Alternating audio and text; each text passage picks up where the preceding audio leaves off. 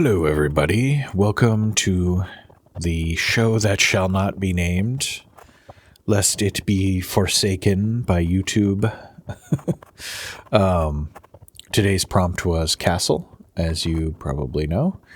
And this is drawing 2 of 3 of a set where I was trying to keep it loose with the kind of outline sketchy portion.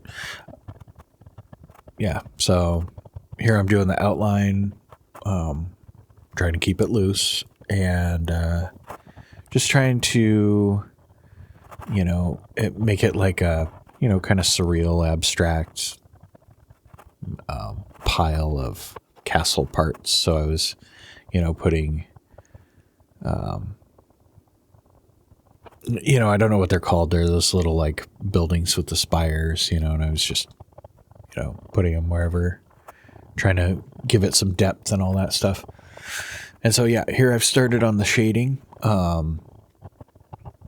just using some hatching, and trying to keep it nice and dark.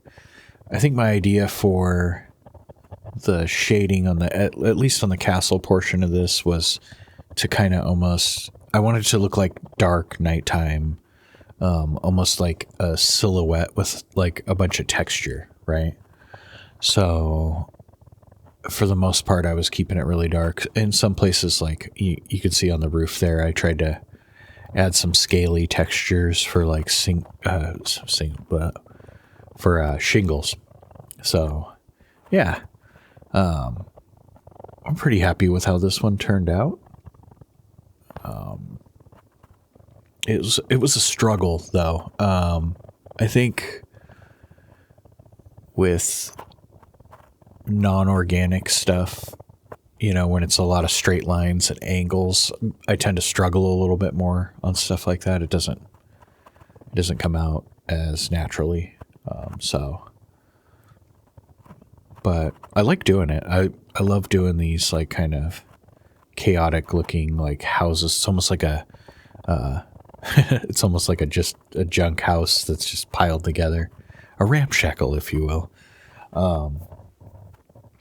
Yeah, they're a lot of fun. They're not as fun as some of the more organic drawings I do, but I really like the outcome, which is rewarding. You know what I mean? So it's nice to draw in a different way. Like the doodles where they're really organic. There's lots of fluid shapes. It's smooth and all that kind of stuff. That's the process of drawing it itself is more rewarding than the outcome. But with something like this, I feel like even though I'm struggling through the drawing a little bit more, the outcome is makes it more rewarding in the end, right? But yeah, I don't know. It's interesting to think about, I guess. But yeah, I'm just going through. You can see in the center sort of spire here, I kind of tried to keep it a little bit lighter and kind of tried to highlight, certain areas just to make them stand out a little bit. I drew in some little windows here and there, you can see, and left them blank like the lights were on inside, was the idea. And then with the sort of, I guess, antennas or whatever they are on the tops of the spires, I have no idea. I don't know my castle anatomy. I kind of added those little swirly lines around them as like, I don't know, just kind of a texture there to make them more interesting. Maybe they're ropes, maybe they're flags, I don't know. But yeah, and then here we're starting on the kind of, I put it on a hill there. That's what those kind of 3 curved lines were. I'm assuming that's obvious. But yeah, and then I just came through with some hatching to kind of create some grass textures here.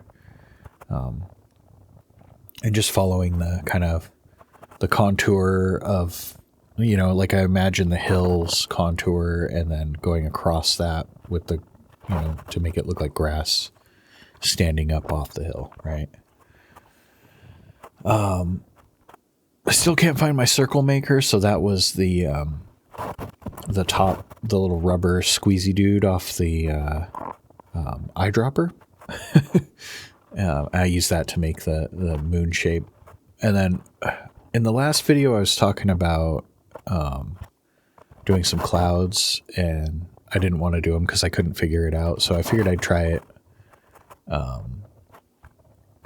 in this one and just see what happened. And yeah, so I drew some clouds in the sky there, and then I'm going back to the texture on the hill here. I think I like to switch back and forth between stuff, not only to like give it some drying time so I don't smudge it as much, which I think is kind of smart, but also so I don't get like bored with doing, you know, something that's really tedious, like the hills here, drawing the grass on these hills. Like if you did it all in one shot, it could probably be kind of tedious. So sometimes I'll split stuff like that up, you know, and go to a different part of the drawing, come back to it, and, you know, just keeps it from being tedious.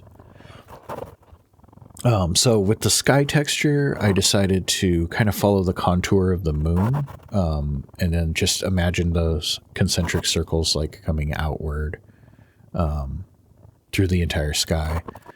And then I don't know how to describe this, like this hatching. I'll do kind of, it's almost like a football shape, I guess. I mean, it's not really a football shape, but kind of.